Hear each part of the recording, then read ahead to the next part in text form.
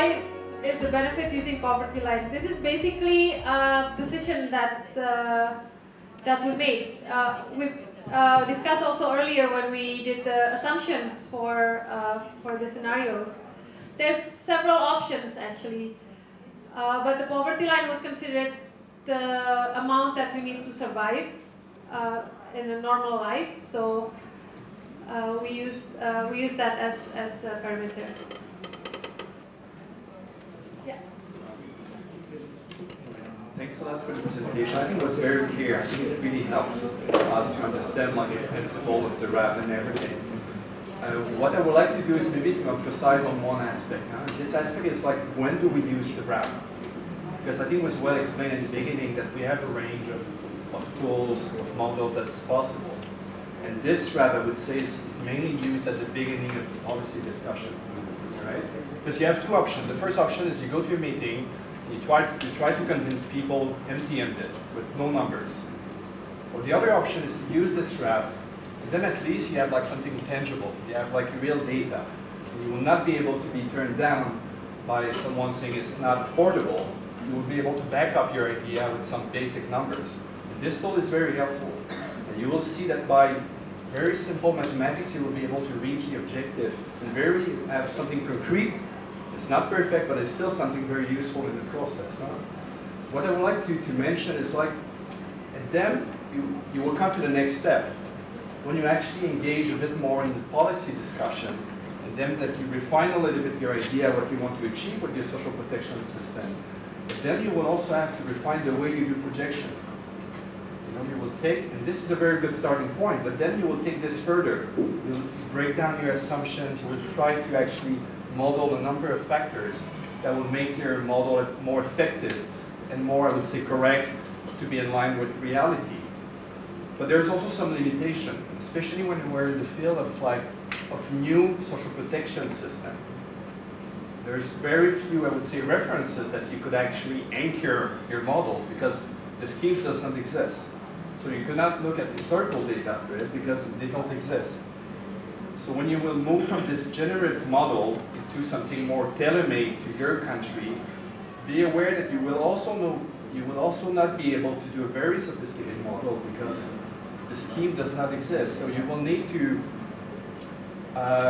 make a model which will be in line with the data and the reality of your schemes. So I would say there's one model which will be different at different step of your policy debate. And that's very interesting to see how this kind of model is progressing over years. If you look at like existing schemes that have been in place for a number of years, you will see the transition.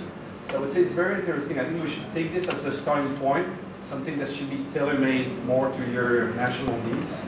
And that's something that will be constant improvement if you're serious about promoting the one of the options that you have under your scenario. So, but thanks for your presentation. Very good.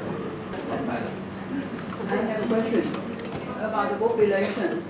Like in Vietnam, we also population projection, especially in age group like this. How can we project it in different levels of age? It is done by the Excel. Projection of from age group to the different age. Okay. In the case of Indonesia, luckily there has already been a projection for each group. So when you need certain age brackets, you just need to add, for instance, 0 to 5. But maybe you can explain the ILO. Yeah. So I think generally population projection is done by single age, yeah? So where you have actually mortality rates for each age group, and then you move each age cohort from 1 year to the next, and you, depending on the mortality, people, age cohorts decrease, yeah? That's the cohort component model, I think it's called, yeah? So usually when maybe they don't publish the single age data, but I'm sure in Vietnam they do it in the same way, or probably do it in the same way. Thailand, we faced the same problem as Vietnam, huh? Because it's published only per age group, and then I think it's a statistical office based on the census, huh? who tries to convert that into single age, but actually, if you look at the cohorts, there are some problems. Yeah, for instance, the children from 1 year old in 2000, in 2001, they should decrease a little bit because of the mortality, and there's migration is considered as zero in this model because it's only the population of Thailand, the Thai. But actually, sometimes it's increasing. Yeah. So, I mean, when you convert, you use the official data, and there is this conversion from age groups of 5 years of age to single age. Sometimes there are problems. Yeah? But you need to use this data. Yeah. Yes, I mean. That's always a tricky question. Yeah? Do we use official data, or can we use alternative data? I mean, like for example, the IMF projections, that economic projections that we often use, but sometimes they are not in line with the national ones. So then I mean, it's a decision to take. Yeah, what kind of data can we use, or should we use? Especially if the data we find is not necessarily consistent. And there's some mathematical formula that you could use. At the ILO, we use the Sprague formula that will actually spread your age group, but also considering different age groups, so you have a kind of a smooth curve. So that's kind of mathematical things that you could do. Huh? But you might be surprised that the UN is actually doing projection by single age for each of the countries. So each of the country in this classroom, if you go online, information is free, is available. You will have the UN estimation of like your age structure by single age for 50 years. They do 50 years projection. Every country. Each country. Each country. It doesn't mean that the UN is always right, but at least it gives you a very good comparison base.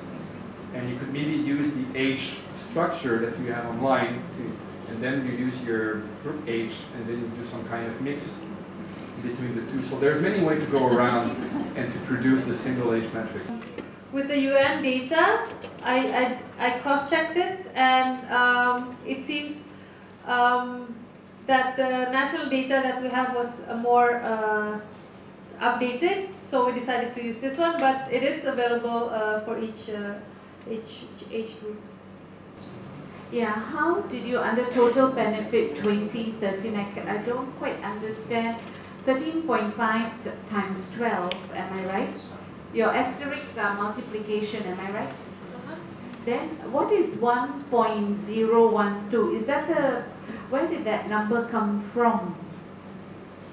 1.012, is it your pop growth? So it should be 1.2 or 1.0? Sorry, that should be 202,400. That should be the number of population already, not the population growth. Sorry. That's why I couldn't figure out. Okay, got it. Thank you. Yeah, in some countries, like in Thailand, there are different scenarios, macroeconomic scenarios. An optimistic, a pessimistic, and a more or less, yeah. And therefore, we can do 3 types of assumptions and therefore results. Is it? It's not the case in Cambodia? In Cambodia, actually we use the IMF projections, and then we extrapolated a little bit, I mean, for the last years.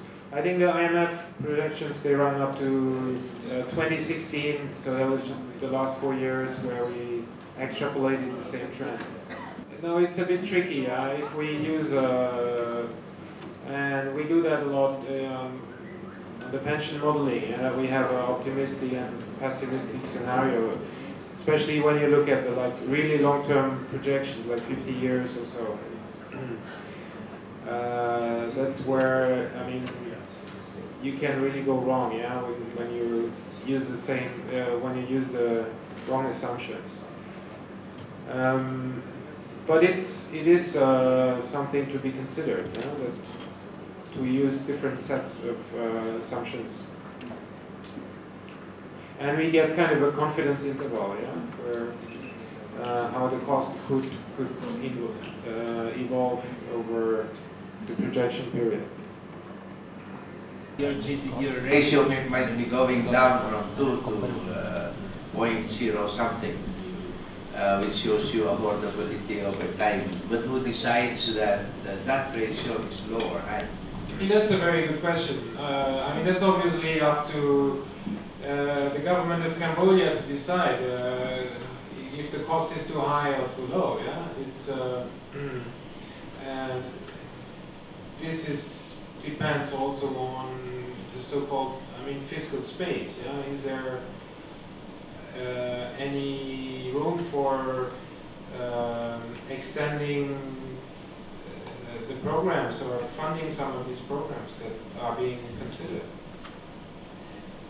The longer we look into the future, the more difficult it gets.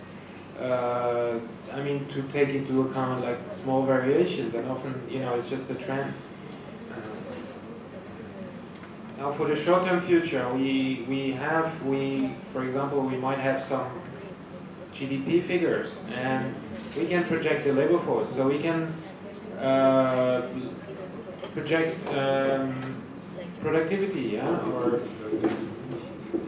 so. But the longer you go into the future, the more difficult it is. Yeah. Now, I also have to say that in our model, we do not look at things like a business cycle. Yeah? I mean, that's difficult to project. Yeah, so we just look at the general trend, and that's something that's coherent. I mean, the relationship between the different variables is